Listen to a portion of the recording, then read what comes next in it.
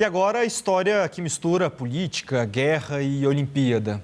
O presidente da Ucrânia, Volodymyr Zelensky, encontrou em Munique o atleta ucraniano desclassificado dos Jogos de Inverno por usar um capacete da memória, com fotos de esportistas mortos na guerra. Para falar mais sobre esse assunto, eu recebo aqui no estúdio o nosso editor de internacional, Acácio Filho. Boa noite, Acácio. Sábado de carnaval aqui também.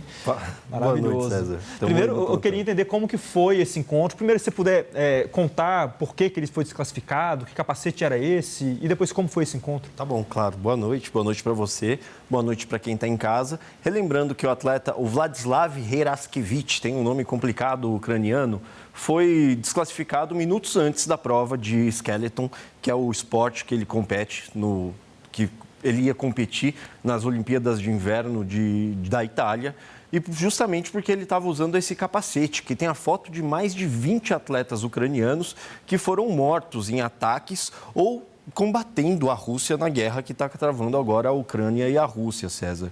O próprio Comitê Olímpico Internacional, quando foi divulgar a desclassificação, a expulsão dele das Olimpíadas, mostrou pesar. Eles tentaram negociar, tentaram oferecer para ele formas diferentes de fazer essa homenagem que ele queria dos colegas mortos, mas ele não aceitou e só aceitava competir com o capacete que ele fez todos os treinamentos e não sobrou nenhuma alternativa a não ser a desclassificação dele. Ele reiterou que não tinha um objetivo de desrespeitar a Carta Olímpica, que só queria realmente trazer mais luz, jogar luz para esse momento que a Ucrânia está passando e como morrem pessoas, inclusive atletas. E agora ele foi recebido pelo presidente Volodymyr Zelensky, que está em Munique, na Alemanha, para participar da cúpula de segurança e recebeu, apesar de não ter podido competir, receber uma medalha na Olimpíada de Inverno, ele recebeu uma das mais altas condecorações ucranianas, que é a Medalha da Liberdade. Então ficou sem a medalha das Olimpíadas, mas foi reconhecido com a Medalha da Liberdade pelo presidente Volodymyr Zelensky. As vedações são manifestações políticas nesses eventos, né? Como as Olimpíadas, até as Olimpíadas comuns e as Olimpíadas de Inverno, né?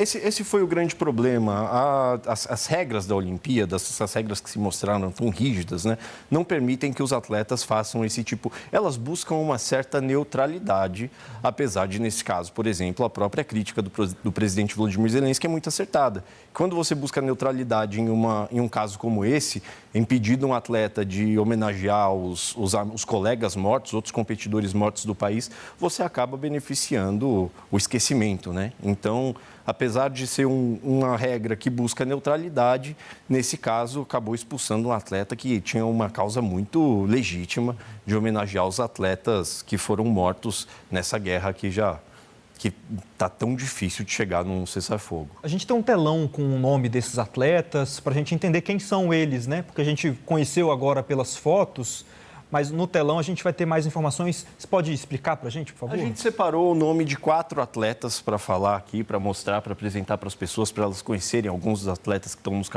no capacete.